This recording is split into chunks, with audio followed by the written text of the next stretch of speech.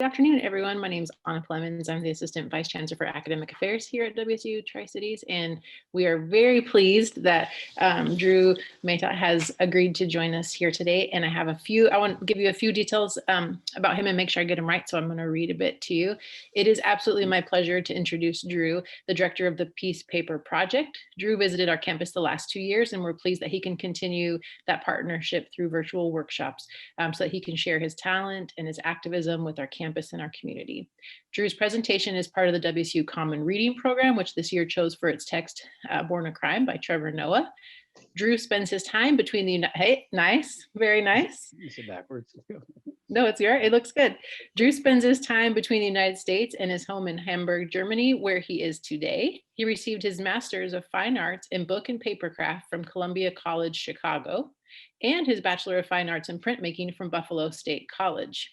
He is the director of the Peace Paper Project and has established more than 40 studios across the world, inspiring others through his experience and career in papermaking, in addition to several other art mediums such as photography and bookbinding. Today, we will learn about the healing work Drew has done with underserved communities. He says, and I quote, "The process of making paper is a direct manifestation of resilience, as it requires breaking something down in order to create something new and beautiful," end quote. Over the years, he has used hand paper making as a therapeutic process to help individuals who have experienced trauma and loss. Next week, Drew will give a tour of his studio and demonstrate how to make paper at home.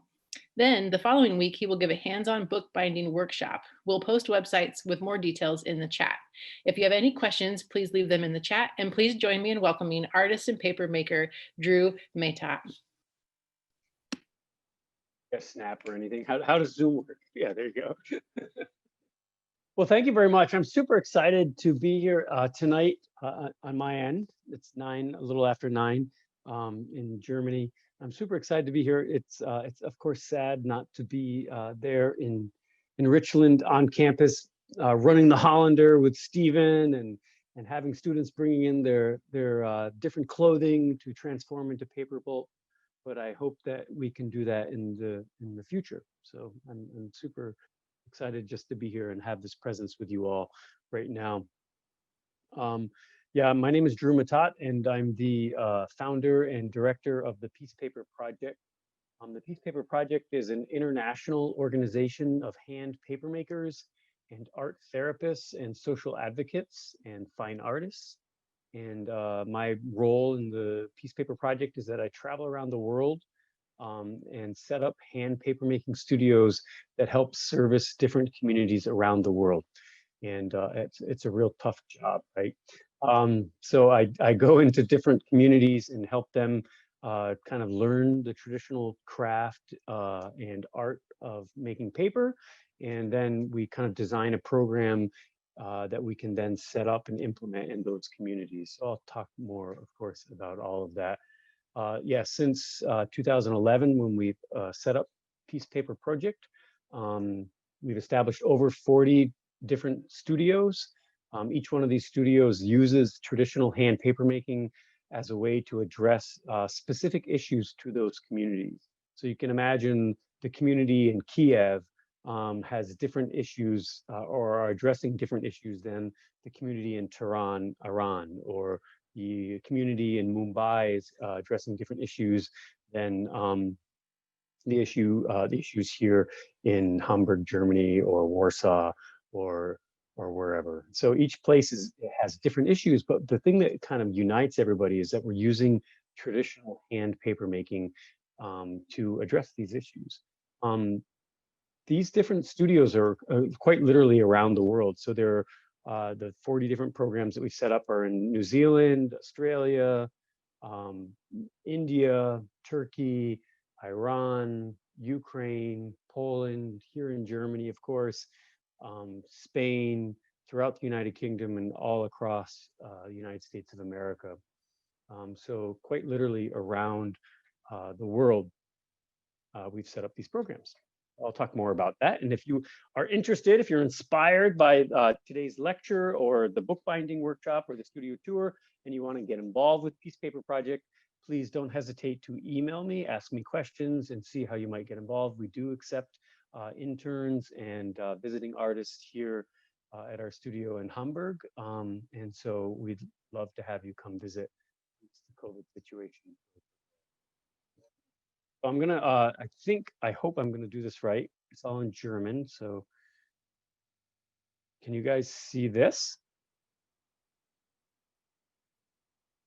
You should see like Martin Luther King, Gandhi. There it goes. I got it. You got it? Okay. So now I want to make it bigger. If I hit the button down here, does it make it big like that? Okay, I think. So you can see this though, right? Yeah. Yes. Yeah, it looks Okay, good, good. Drew. Okay, good. Okay, because I gave a talk one recently, and I was halfway through the lecture, and they couldn't see the slides, and I was like, what? So we're good.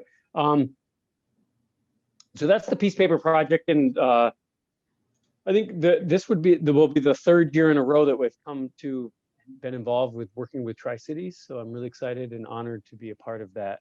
The Washington State University system is super attractive and awesome, and I'm thrilled to be here. When I talk about traditional hand paper making, I just want to kind of give a little bit of a backstory. Paper making was invented by the Chinese back in 2000 years ago. So around 100 AD, the Chinese invented paper. And then it kind of has a long, beautiful, and very interesting history, if you ask me. It traveled from China through the Arab Muslim world, up into Europe through Spain, and then through the Crusades, it kind of entered Spain, and then over the Pyrenees and into basically to Rome, and then into Germany, where it was used here for making paper for the printing press, and then so on and so forth. So it has a really wonderful history. But the entire time that paper is being practiced, they're using old rags. So they're taking old rags from the community, whether in the early days in China, they were taking hemp rags and mixing it with mulberry bark, and then hand beating it and making paper, or the Arabs were gathering up hemp and linen rags, and they were beating it and making paper out of it, and so on and so forth. And so my personal training in paper making is the old tradition of making paper using rags. So gathering rags up from the street, or gathering rags from your closet, or gathering rags from your community and bringing them into the paper studio, and then cutting them up and then transforming them into paper.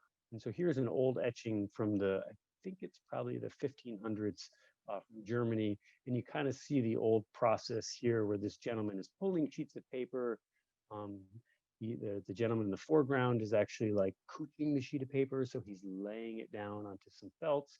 And I'm not sure what the other guy's doing. He must be like stacking it maybe after it's dry. So, but behind the gentleman who's stacking the paper, there's a series of stampers. And this is the old way of kind of macerating the fiber or separating the fiber to make pulp. And it's a series of trip hammers that would rise and fall and pound it. So what we use kind of a different version of this today, but we still use rag and practice traditional paper making using rag as the resource for the material. And when they first told me, when I was first exposed to paper making, it was when I was studying printmaking at Buffalo State College, where I was enrolled in a BFA in printmaking program. And they told me I had to take paper making as part of that required course, that required major. And I thought at first that it was time to change my major, because I didn't want to go hang out like doing crocheting or like knitting or whatever. I saw it as kind of like this arts and crafts thing that I wasn't really that interested in doing. But I was totally wrong. And I completely fell in love with the process of paper making. As soon as my professor, Peter Swiskey, took us down, there were 18 students in the class. So myself and my 17 peers went down into the basement, and we spent the entire first paper making session cleaning the studio and cutting felts and cutting rag and getting the studio all prepared and set up. And we did this as a unit, as a community, to get things ready. And in fact, throughout that first semester that I took paper making, we had to have a papermaking buddy. So we were not allowed to be in the studio alone. We always had to have a buddy there to help us along with our work. And so that was really kind of out of safety issues, like if in case your hand got stuck in the machine or you injured your back, or you know, at the end of the night you were tired and you couldn't carry stuff over or load the dry box. So it was really kind of amazing, an amazing experience to have like this instilled in us through this class, just a sense of community. And that's one of the things that really stuck all the way to today with my experiences with papermaking. It really turned me on. When I was studying printmaking at Buffalo, you know, I spent a lot of time like whittling away and cutting like wood blocks and printing, you know, kind of with my earbuds in and listening to my music, but not really connected with my peers around me. And papermaking brought us all together, and it was a really amazing experience to have as a class, as a course. So as a result of that first semester of taking papermaking and being exposed to it, I ended up taking it 4 times. So you were allowed to take it up to 4 different times because we had 4 different professors that taught papermaking, and they all taught it in a different way, and they focused on different areas, different points in history, and so I had a really nice, I would say, very nice, well-rounded exposure and education in hand papermaking during my undergraduate studies at Buffalo State College. So all of that knowledge really I've carried to me to where I am today. When, to be honest, when I was in graduate school, I didn't learn anything about technique. That was all more conceptual stuff. So everything I learned was in undergrad through these classes. But what really has brought me to where I am today, and the work that I do around the world, during that first semester, when I learned papermaking, I went home on break. And when I was younger, my father was killed in an automobile accident. So when I was 5, my father was killed. And so I grew up without kind of knowing my dad. I had a couple memories of my father. And so after I learned papermaking, I went home on my spring break. And the way that we would commune with dad was that you would go into his old study and you'd pull down this cardboard box and you'd put it on his desk next to his old typewriter. And you'd open up the cardboard box and you could go through and pull out all the letters and poems and photographs and different ephemera that were in the box that we had that remembered my dad's life. And so when I was home on break, I was going through this. I took a time, you know, an afternoon to go through and kind of commune with dad. So I was going through his photographs and his letters and things, and I got to the bottom of the box, and lo and behold, at the bottom of the box was a pair of his old blue jeans, a flannel shirt, and like a green handkerchief. And so as soon as I touched that material and pulled it out of the box, I thought, what would it be like to transform this into paper? And I put it out on the desk and I thought about it. I was like, wow, this would make like 300 sheets of paper. Make a lot of paper. And so I brought it to my mom and I said, Mom, what do you think about transforming dad's stuff into paper? And she said, please put that back in the box. And she's like, that's all that we have remaining of your dad. So don't go cutting it up and transform it to paper. And I was like, huh, okay. So I put it all back. And then later that week, she was actually going through the box herself. And she brought me his clothing and said, Drew, I think that would be really interesting for you to transform his old clothing into paper. Could you print some of his photographs or his poems or some of his letters onto the paper and then just make enough copies for everybody in the family? So I called everybody up in my family. I come from a small Catholic family. So I have 5 brothers and 1 sister. And I called up my brothers and my sister and we got together around the dining room table and we took scissors to my dad's clothing. And we started cutting up his clothing. We cut off the buttons and the zippers and pulled out the seams and things like that. And the whole time that we were cutting up his clothes, we were sharing in memories and stories about my dad. So my mom got to tell us about how she met my dad. She was at Columbia University and he was at New York University, and they were protesting the Vietnam War in 1968. And my brothers and my sister got to just sharing some of the memories that they had of him. So that was like really meaningful time just for us to come together and cut up his rag material.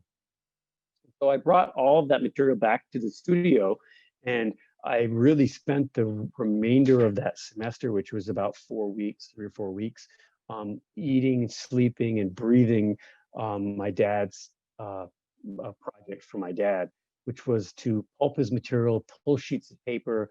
I scanned everything in that box, and then I made it in an edition of artist books. Books, it's like a remembrance book.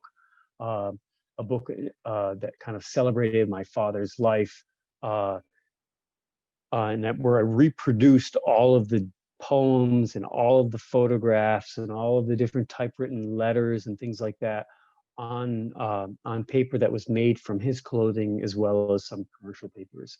Um, and then I made enough copies of this book for everybody in my family.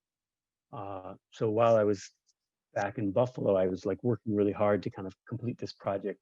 And then I brought this book back home with me at the end of the semester, and I had made 13 of them, one for everybody in my family. So my brothers and my sister and my mom, but I also made enough copies for everybody in my father's family. So my aunts and uncles. And this is really what kind of has triggered where I am today, is that I took these books and I put them in my backpack, and over the course of the summer, I made appointments to meet up with my aunts and my uncles, who I kind of knew. I knew them through my family reunions, and I kind of knew them loosely. And so I went around and scheduled appointments at tea or coffee, and then I shared with them this book, and I gave them a copy and said, "Hey, I made this with my dad's material, and this is for you." In particular, when I shared this book with my uncle, who was closest to my dad in age, they were only a couple of years apart in age. Um, my uncle Michael, who was a very conservative, um, man. He was an architect. He was a builder, kind of like my dad. Uh, he was definitely a staunch Donald Trump supporter. He recently has passed away, but I called him up, and I was kind of nervous about going to meet my uncle Mike because he was so conservative, and I didn't really know him that well, and I didn't know how he would receive this kind of like art project that I had done. And so I showed up, and my uncle, was like, "Hello, okay, welcome." And I shook his hand, and you're standing there, and I pulled out my dad's book, and I handed it to him, and I said, "Hey, I made this with my father's old clothing that we found in a box full of his letters and things, and this is what we have that's left of him." And he took the book, and he stood there with it, holding it in his hand, and he opened it up to the end pages where you see a couple pictures of my dad from a photo booth somewhere. And he immediately sat down in his office chair, and he closed the book, and he put it on his desk, and he had his right hand on my dad's book, and he just started to cry, and he was just completely moved to tears. And I was standing there like, "Oh no, what's going on?" um, and a few minutes passed, and he was like, "Okay, okay." And he just started to tell me stories about growing up with my dad, about playing ice hockey, about playing football, sharing memories about fishing and backpacking in the Adirondacks, and doing all these different kind of brotherly things with him. And he talked about how close their relationship was, uh, until they were both, at different points, they were both drafted to go to Vietnam. And my uncle felt like it was his duty to go to Vietnam and to fight the communists, to protect American democracy. And my father felt like it was his duty to, protect American democracy by joining the anti-war movement and burning his draft card. And since that point in their life, their relationship was almost completely severed. Um, and so my uncle kind of shared a whole bunch of stories with me, and then he got to that point, and he's like, I don't know why we had such a falling out. I never got to make up with him. I never got to find have resolve from that issue. And then my father was killed, and so he was left with a huge sense of regret and remorse. and sadness, this huge sense of loss. Um, and I had no idea about this. And every time I would return back to my home, my summer breaks and things like that, I would always go back and spend an afternoon with my uncle. And so I would show up to his office, and he always had two books on his desk. He always had my dad's book and a copy of the Bible.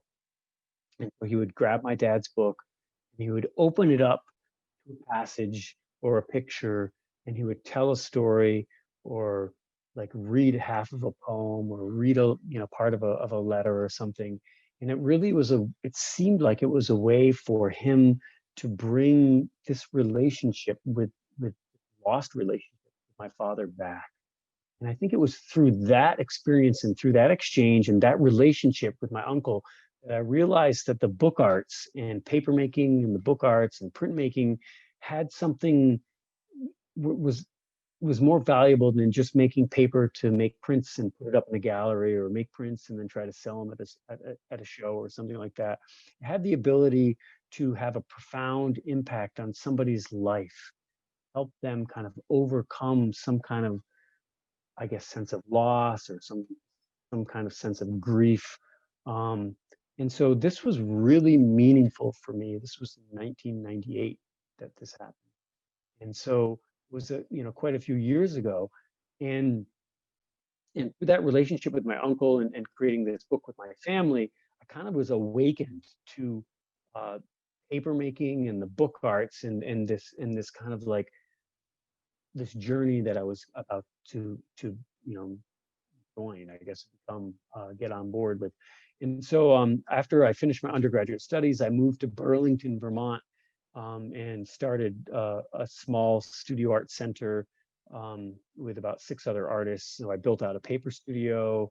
I took my Visa credit card and I maxed it out at $18,000, about all the equipment. It was kind of like a total, like a leap of faith. I had no idea what was going to happen, but built the whole studio center together, and we had a dark room and a gallery and 6 different art spaces, and we all came together in this creative kind of format. And I was teaching papermaking and bookbinding and some printmaking, and this was in Burlington, Vermont. And so every month I offered an open workshop for the community, inviting community members to come down to the studio and make paper. And I think I charged $10. People would come down and they'd throw $10 in the bucket, or they'd bring like a watermelon and some soda and some breadsticks or a pizza there. And so there were kind of like these paper making socials that we hosted down at the Green Door. And during that time, people started to bring in clothing that had like personal significance. Kind of became something that when I advertised it in the newspapers back in those days, I'd say, come down and bring something to share, and bring some article of clothing that has some personal significance. So people brought down like clothing from past, like family members who had passed away. They brought down, let's see, the most significant thing that I remember, somebody brought down their wedding dress that they cut up and pulped, and it was kind of, they used that as a way to kind of like express their divorce and the new beginning, this new path that they're on. And about around the 3rd year of offering these workshops, I had a friend who came down who had recently come back from his time serving in the military in Iraq.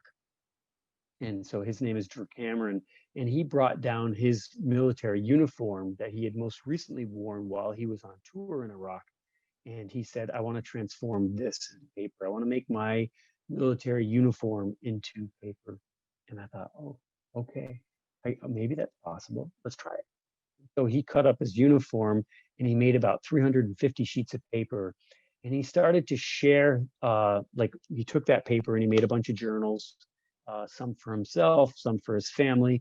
And he started to share that paper with his friends and family and people that he served with. In particular, he shared a lot of the paper with people who were members of an organization called the Iraq Veterans Against the War. And he was sending off letters to people who were members of the IVAW, Iraq Veterans Against the War. And And quite literally, within 3 weeks of him pulping his uniforms, we started to have people from the armed services showing up at our door, our studio doorstep with their sea bags full of their uniforms, saying, I want to get involved with this. I want to cut up my uniforms. I want to make paper out of my uniforms. And so that was in like 2005, 2006. And we launched what we call the Combat Paper Project. And so the Combat Paper Project is a program that works with veterans around the United States, where they are allowed to bring in their military uniforms and cut them into little pieces like this, and transform them into works of art, kind of like this. So in 2007, on Armistice Day, so November 11th, 2007, coming up here, we launched formally the Combat Paper Project. And the Combat Paper Project, we bought a 12-passenger van, and it was myself and Drew Cameron and a number of other veterans and civilians. And we traveled around the United States 360 days a year, basically doing papermaking workshops with veterans. A lot of the work that we did was with the Iraq Veterans Against the War. And a lot of it was with student veteran associations. Some of it was with churches and different organizations. We were always on the road, kind of traveling from community to community, town to town, assisting veterans in the process of transforming their military uniforms into paper pulp, and then reforming that into sheets of paper as a way for them to tell their story and to articulate their journey they're on, as human beings who serve the United States military. The Combat Paper Project really exploded from this basement studio in the Green Door studio in Burlington, Vermont, and it didn't take long. It was a couple months, and we were just like guns a-blazing out there in the United States, traveling all over, conducting these workshops. Combat Paper still exists in the United States. We kind of split up after 5 years of helping direct and navigate Combat Paper. I stepped off of the program, and Combat Paper then split into about 4 different organizations, and they're kind of spread throughout the United States. There's one in Reno, there's one in Ithaca, there's one in Branchburg, New Jersey. There's the main chapter that Drew Cameron runs is in Iowa City, but they're kind of spread all over. The most active branch of Combat Paper today is actually something called Frontline Paper, and it's the one that's based out of Branchburg, New Jersey, and it does a whole has a whole series of workshops and programs along the eastern seaboard. So basically from Florida all the way up to Maine, they run workshops where they have full-time veterans who are running these programs. So the whole time that we were traveling with Combat Paper, we were assisting individuals in making paper out of their uniforms. We wanted them to tell their story through their images and their memories on their military uniform. So here's an example of, Harley Rockhill, who was a Marine Corps veteran, cut up his uniform, pulped it, and then kind of like pulp printed this kind of piece. This is actually quite large. It's probably 2 foot by 5 foot, or 6 foot maybe. It's a big piece, or yes, in there. But people would kind of embed objects and their name tapes or their patches into the paper. And we really encourage them to do something with their paper, to activate the paper in some way. Because, one military uniform can make like up to 300 sheets of paper. And so we don't want people just to take their, military uniform out of the closet and then pulp it and make paper and then put it back in the closet. We want them to use it in a way to write a letter to a friend, to share it with a member of the family or something like that, to kind of help share their experience and articulate it through their community, to let other people know that they are home and that they're safe and that they have had these kinds of experiences. During that time with Combat Paper, there was a lot of dark stories, people shared their experiences, whether they were in Iraq or Afghanistan or serving here in the United States. I worked with over 4,000 veterans, helping them cut up their military uniform. And I was exposed to a lot of different trauma as a result of this kind of residual trauma. I'm not a member of the military. I never thought I would be doing this kind of work, but for 5 years, I was kind of like I was helping people transform their memories. Often they were very dark, and people had a lot of regret. And this was really challenging for me as an artist. This was really challenging for me as a human being. Um, hear these stories and to work directly with people who had committed murder or who had experienced, traumatic things during battle. And so after 5 years, I decided it was time for me to do something new and time for me to kind of go in a new direction. And uh, I stepped off of the Combat Paper Project and took a number of the different civilian folks that were on the Combat Paper Project and who were interested in pursuing papermaking as a form of art therapy and social engagement to help people heal who are on the other side of the barrel of the gun, if you will. Um, and so we started the Peace Paper Project. And to kind of embark on the Peace Paper Project, we needed to have a couple of things. We needed to have a portable paper making unit. And so we commissioned an engineer in Boston to build us a portable pulping machine. It's called a Hollander Beater. And so here is one of the work study students at Matott, kind of working on our Hollander Beater. And this was the first of its kind. This machine we've had at WFU a couple times when I come to visit. It fits into a couple rolly suitcases, and I can travel all over the world. And it's really because of this machine that I'm able to do the work that I do around the world with the Peace Paper Project. This is a portable Hollander Beater that's being kind of modified here in this picture. But because of that portable Hollander Beater and being able to bring paper like from the papermaking studio into like the public sphere. So we were able to bring the papermaking studio into the hospitals and into the shelters and into the refugee centers, into the prisons, outside of the city halls. So we were able to bring the papermaking operation to the people instead of having to bring the people to our papermaking studio, right? So the whole time we were traveling with Combat Paper,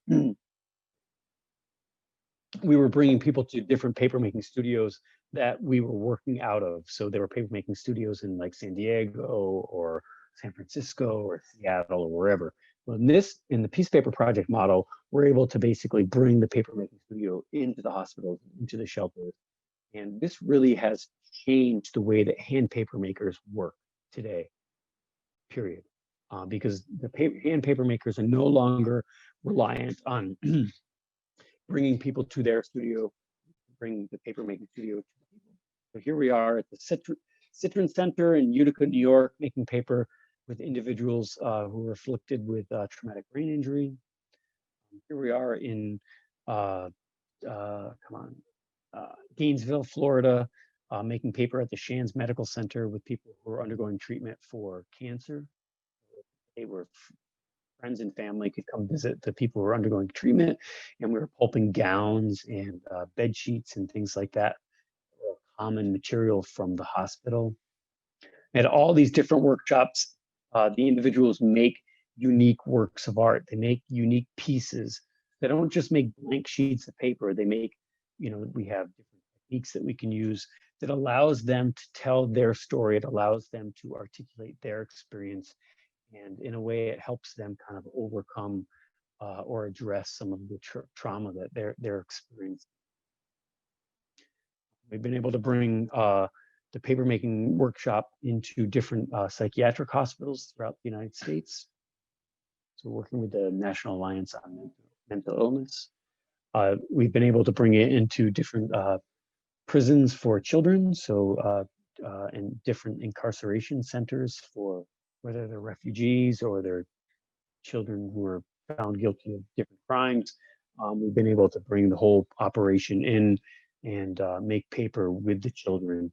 And kind of, in this case, it's allowing the kids to be kids again, allowing them to just play around in pulp and have fun and and feel good about their experience, while they're incarcerated. Again, using these different print techniques to allow them to be creative and to create something that's unique, that is an expression of themselves. You don't have to be a fine artist to be expressive. That's such a joke. Throw that notion down the drain. What we try to do is get people just feel comfortable with the process, and to be creative, and to tell their story through paper pulp, and through these different workshops. And each one of these individuals um, is able to be an artist in their own way. In 2016, I hopped on a plane, came over to Germany because I had read a Time magazine article about the refugee crisis, which I was completely in the dark about. I had no idea about. And so I grabbed my Hollander and took a flight to Nuremberg and started, making paper with different refugees down in Nuremberg for about a month. Then I took a train up to Berlin and set up on the streets and was making paper with different refugees and the community in Berlin. And then I came over here to Hamburg and I set up the paper operation on the streets in Hamburg and just was kind of sitting on the bicycle like this kid here is running the Hollander Beater, making paper with human power. And so I was just sitting on the bike and kind of yelling out, we're making paper out of refugees' clothing. And refugees were coming in and bringing their clothing, and we were cutting it up and transforming it into paper pulp and creating works of art, again, using silk screens and different pulp painting techniques to allow each individual who got involved to kind of tell their story through the paper making process. While I was here in Hamburg, it was really within 2 weeks' time of being here in Hamburg, one of the cultural officers kind of grabbed me and said, "Hey, what are you doing here?" And I said, "Well, I'm interested in starting a permanent papermaking program that services the refugee population." And so that cultural officer kind of then met with the other cultural officers, and they came back to me very quickly and said, "Okay, we're going to set you up with an artist residency that's 5 years long. Here's a small stipend to get you going." And so here in Hamburg, the work that I was doing on the street really kind of rang loud and clear as a cultural phenomenon that could benefit the community. And so in 2016, I landed here in Hamburg, and I really haven't left since. I've continued to go back to the United States to conduct workshops stateside, but most of my work has actually been here in Hamburg, conducting workshops with refugees at the different refugee centers, helping them kind of like tell their story.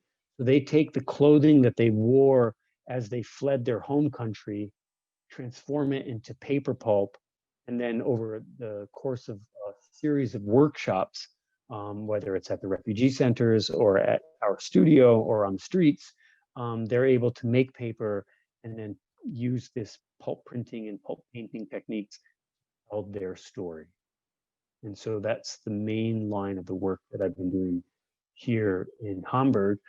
And in a couple days, next week, I will give you a tour of our studio and show you some of the stuff that we're working on there. But people are able to kind of create sophisticated and very unique works of art. Again, these are people that have no art training. In this case, you're lucky if they have any education. So one of the things that I think is really kind of unique about this whole experience that we're having now, right now, actually, with the election going on, let's see what's going on in the election. But is that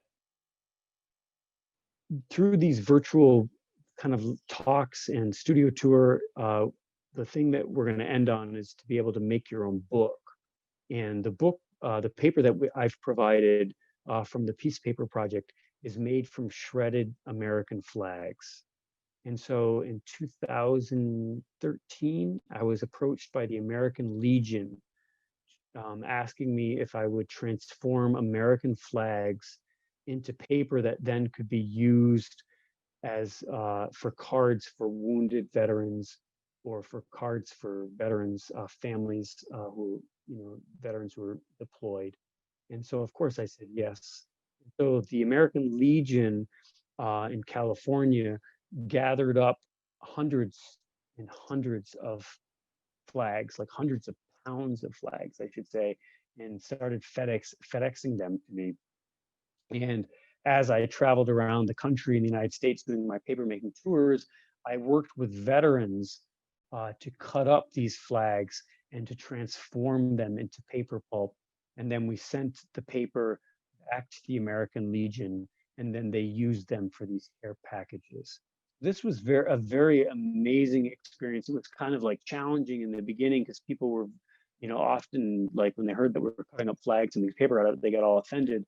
But of course, we were making paper from these old discarded flags as a way to honor our men and women who were in the armed services. And so here I have a couple pictures to show one of the times that I was making paper in Salina, Kansas, with a Navy veteran. And we took these huge flags. I don't really know what the purpose of this flag was for. It was quite a large flag, but this is Larry Davis, who's a retired Navy officer. He is cutting up the flag and then loading it into the Hollander Beater to transform it into paper pulp. And then here's a close-up of a shot of the flag being transformed. And then Larry and I, during this, just with that one flag, we were pulling sheets of paper every evening. So we made about 500, around 500, 8.5 by 11 sheets of paper that then we sent off to the American Legion for them to use. Larry had brought in a couple images that he wanted to use that were from his personal collection of images. He wanted to make a series of prints to share with people that he served with, or in memory of the people that he served with while he was in the military. And so these are some of the prints that he made on the paper. So what we have the opportunity to do, you guys have the opportunity to do, is to make paper out of, is to make books using the paper that I've made with these pulp American flags. And I think it's kind of like, for me, it's a really important time, like whether you're a Donald Trump supporter or you're a Biden supporter, right now we are all on edge watching the election, wondering who is going to be the next leader of our country. Where is our country going to go from here? And I think it's actually probably the first time in 4 years that our country has been unified. Is that we're all unified in fear of what's going to happen with this election, whether you're a Democrat or Republican. And I think that's kind of unique. And we have this opportunity to make books from the paper. And I think the thing that I want to talk about to end on is that, to bring Trevor Noah back him into the picture and your common read book, the thing that I got from this book was this sense of resilience and how important it is for us as human beings and as people that exist here on this planet, and we have these experiences. There's no way that we can avoid trauma in our life. There's no way that we can avoid challenges in our life. As human beings, we're constantly being challenged. We're constantly being, kind of having to address hard and difficult things. And we have this ability to either kind of learn and grow from these things, or these things can kind of affect our lives to the point where they become like post-traumatic stress disorder. So there's two forms, right? There's post-traumatic stress disorder and there's post-traumatic stress growth. And I think Trevor Noah is he's the ultimate example of post-traumatic stress growth, thrown out of his car, growing up kind of for the most part without his father, and finding he really struggled day to day to exist. But it was through his relationship with his family and his support, and through his own personal resilience, that he was able to become the great, wonderful comic person that he is today. And I think that that's something that I hope that we all take with us, is that we control our destiny. We can't really control our experiences, but we can control how we handle these things, and where we go with them.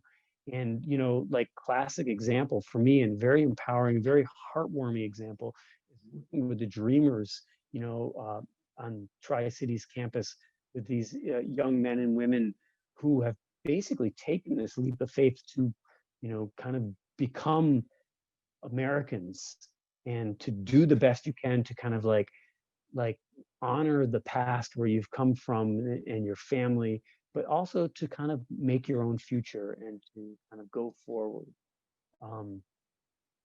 So it's super awesome, I think, to know, and to know that the Dreamers are there, and that you guys are kind of engaging in this kind of conversation, like Trevor Noah, about, I think resilience is really the key. It's like putting things together and controlling your future, like despite what happens. And that's really the overarching thing with Peace Paper Project as well, is that people come in with, having suffered a lot of trauma and having a lot of really negative experiences, but they're able to transform these experiences into something new and beautiful, and help them on their way as they move forward.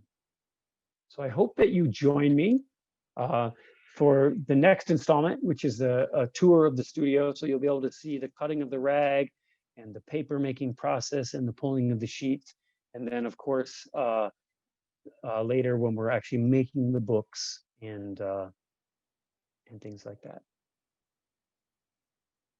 So thank you very much. I don't know if we can take questions. Are we able to? Yes, Okay. we can take questions.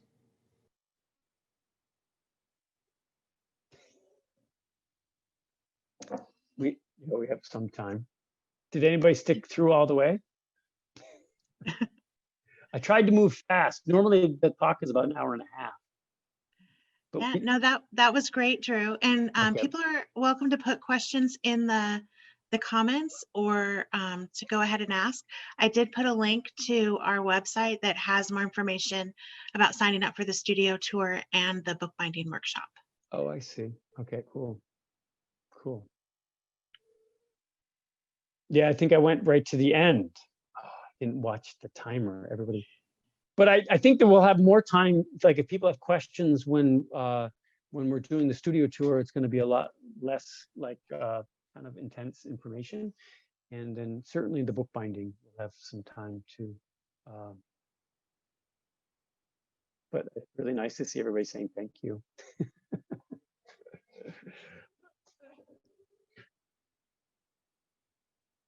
Yeah, I think I was trying, when I was reading the Trevor Noah book, I was trying to find a connection, like a direct connection.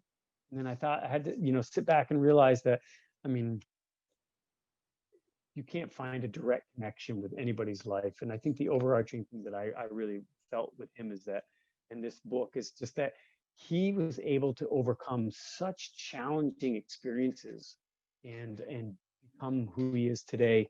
I think through resilience and through, I don't know if humor was always part of like from when he was born, or if it's something that he completely learned. But the just even today, watching the election results, we sat up last night watching Trevor kind of like kind of draw humor and get us to laugh about this like really intense, really amazing and remarkable. It's a much better book for your campus than I think than the one that was last year. Actually, Yeah. I don't remember what it was. But. It was refugees. It was on refugees. Yeah, it was very academic, I think, if I remember right. Well, and hearing you talk about this, Drew, it just makes me think back to the workshops that you did have with our Dreamers on campus. Because, they brought their father's bandanas and the shirts, their own shirts that they were working in the fields. And to see the students gathered around the tables together, telling stories and cutting up that paper and laughing with each other was really powerful. And the paper that they made was beautiful. Like just, it turned out that great. Pink, the pink paper. Yep. And I don't think I would have made that connection with the book. But I wonder, when you're working with the different populations of students, whether it's the Dreamers or the vets, do they the workshops feel the same, or are they different based on the population because everybody's bringing a different story? Well, yeah, I mean, there's different cultures for each type of person. So the military culture, people are a little bit like, I mean, there's pros and cons to each, or there's just differences, I guess I should say. Military folks come in and they're like, at first they're really hardened and they're not sure why they're there. Maybe their wife or their kid wants them to come or something, and they're like, I don't know, maybe. And then they have this common like language that people like Aaron can speak to, probably tried and true, but they all speak this very common military language. So actually, once you get a bunch of guys together from the military, they get along really well. There's of course this normal banter, but it's all in good light, and they work super well together. And that's the one thing I noticed about the military folks, is that they work really well together, and they want to get involved, they want to help out, they don't mind schlepping buckets and doing the physical labor. And I think that that's one thing that I've always enjoyed about working with the military. If you work with a group that's like, say, survivors of sexual trauma, like people who are survivors of like domestic violence or sexual trauma, people come in and they're like, at first they're really kind of scared and they're frightened and they don't really know if they want to be there, and like how much are they going to share, what are they going to experience. And at first they kind of like, everything is held really tight. You can see it in their body language, very tight. And then, through our workshops, we walk them through the process of like taking this rag material, this clothing that has some, story in it, whether it's clothing that reminds them of their past, or it's clothing that they had personal experiences in, whatever. And then, they start to cut this stuff up. And that's the most challenging, I think, and the most difficult thing, is to actually take this artifact, take this object that has so much weight and so much memory, and then they start cutting, and then the next thing you know, their body language starts to loosen up, and then we pulp it, and the material that had such weight and memory and dark kind of past becomes pulp. It becomes a slurry. It's completely different. It becomes pink, or it becomes blue, it becomes yellow. It's totally much more vibrant. And they're like, whoa. And then they start pulling sheets of paper, and their body language is loosening it up, and they're building like a skill set, and they're feeling more comfortable, and they're talking more, and then they start looking around the studio, and people who they share like commonality in that they might have like sexual trauma or something, but of course different experiences. Then they start to talk to each other like, hey, can I use some of your yellow? I want to put some of your yellow in my blue. Oh yeah. Can I use some of your blue? I want to add it to my purple.